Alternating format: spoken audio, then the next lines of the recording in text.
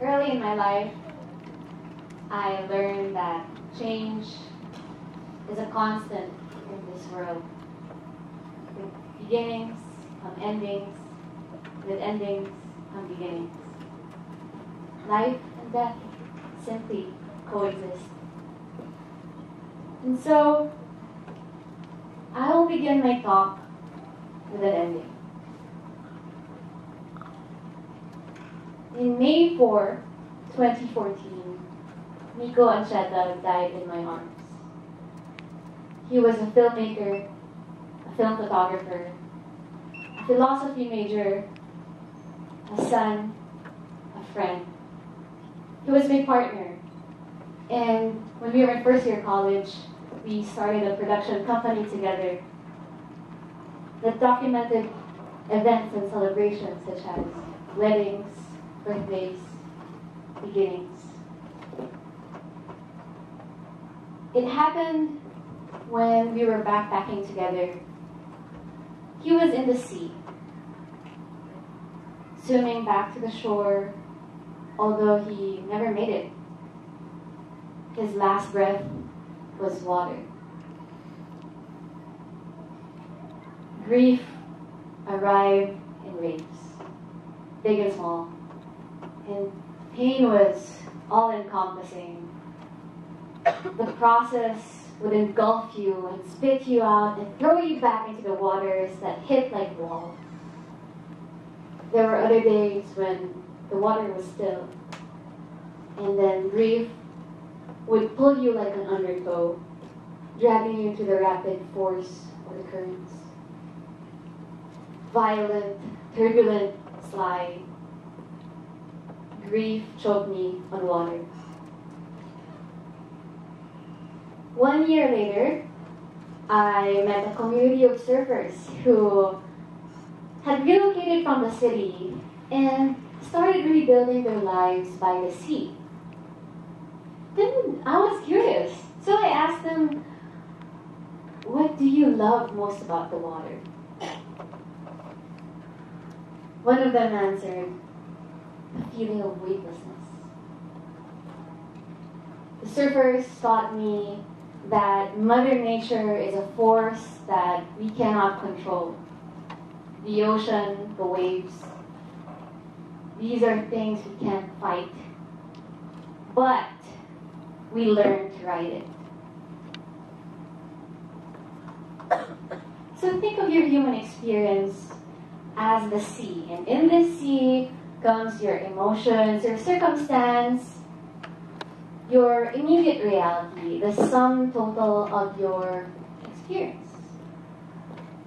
The more you fight what comes along with this experience, the more you exhaust yourselves, the more we sink. So once we resist the desire to control the water and just release it, surrender to it, we will realize that we'll stay afloat. And that's when you can paddle on. Death is simply a departure, a change of state from one to the other.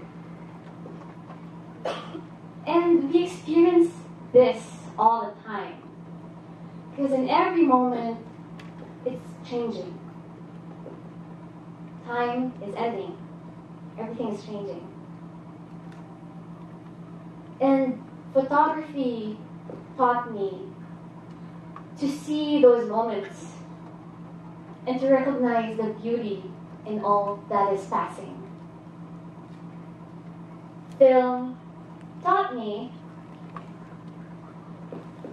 to make meaning out of the succession of those moments that is revealed in time. And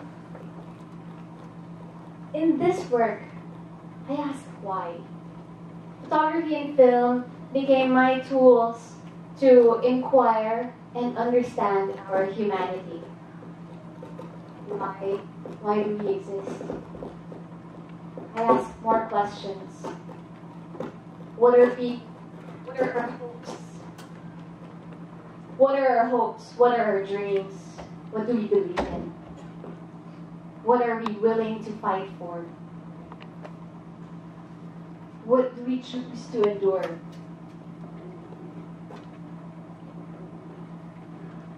What brings us joy? What moves us? What gives us life? And these are the central questions that I explore in my work. And in this exploration, I am able to understand more about the world around me, our humanity. The experience of loss became a window to see life differently, fully.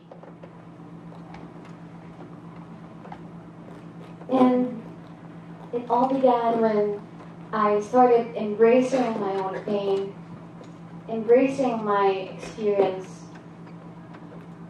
that I started seeing the world outside of me. I became more sensitive to the pains of others, to their experience.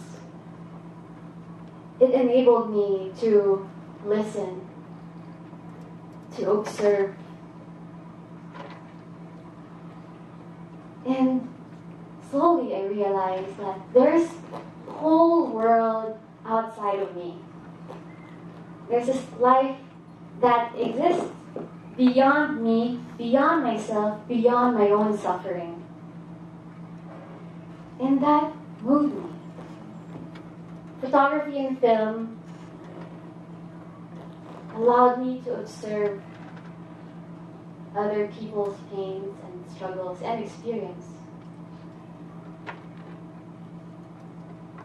And they moved me to grow and expand in my own. When you're a photographer and a filmmaker, you have your cameras with you.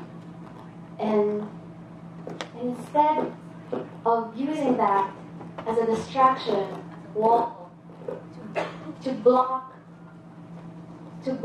your connection from one another, you instead bridge the gap between you and me. And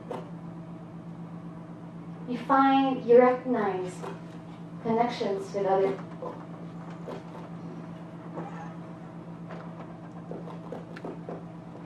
You make connections. And that's beautiful. That's meaningful. That's what makes us human. We're all connected.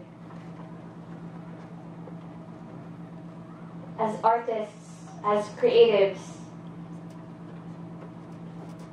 your tool is your perspective. And your perspective, your voice can change the world. Your stories can move lives, can move people, can influence decisions, can influence dreams. Yes, we are a drop in the ocean, but we can create ripples. So the message you put out there in the world, it's on your intention first. Before you want to change the world, before you wish to transform the world, allow yourself to be transformed. Allow your experience to transform you. And that's where you can begin. That's when you can start change. That's when you can begin changing people's lives. And that's how you can contribute to humanity. Be brave. Be brave. Thank you.